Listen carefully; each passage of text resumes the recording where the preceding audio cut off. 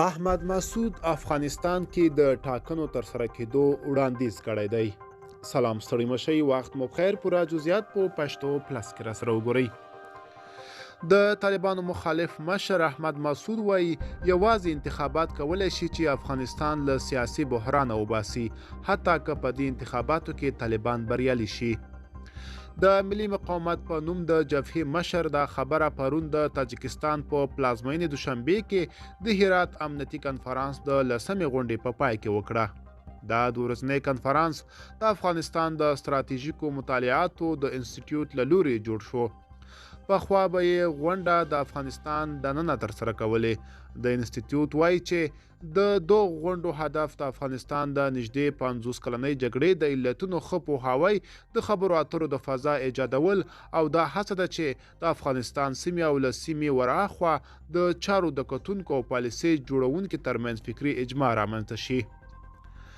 طالبانو تر اوسه د احمد مسعود د انتخاباتو د وړاندیز په اړه څه نه دي ویلي، خو دوی چې کله پر سږ کال د اګست په 15مه کابل ونیو، نږدې 4 میاشتې وروسته یې د افغانستان د انتخاباتو خپلواک کمیسیون منحل کړ.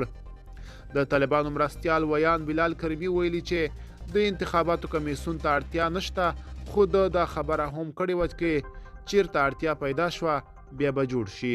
ښاغلي مسعود ټینګار وکړ چې خلکو ته د اجازه ورکول شي چې څرنګه حکومت غواړي او څرنګه کسان انتخابوي.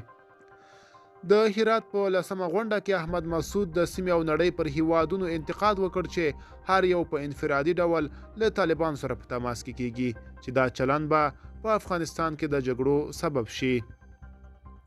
نوموړي ویلي د سیمې او نړۍ د هیوادونو بیل بیل تماسونه حل لاره نه ده او په تاکتیکي ډول د امنیتي ستونزې د هواري لپاره د هڅې اغیزمنې نه دي. دا د افغانستان د ستونزو حل نه دی او په نړۍ، سیمه او افغانستان کې د سولې او ثبات حل لاره نه ده، بلکې په اوږده مهال کې د ګټو د ټکر او په افغانستان کې د جګړې او ناکرارۍ سبب کیږي. د هرات امنیتي کنفرانس په افغانستان کې د ترهګرو پر فعالیت اندېښنه وښودل شوه. د طالبانو سرپرسته اداره تر اوسه هیڅ هیواد په رسمیت نه دی پیژندلی، خو د دوی د بهرنیو چارو وزارت وایي چې د نړۍ له بېلابېلو هیوادونو سره یې سیاسي تعامل شته. نړیوال پر طالبانو د انتقاد کوي چې بشري حقونه په ځانګړي ډول د ښځو حقونه یې تر پښو لاندې کړي دي او حکومت یې ټول شموله نه دی.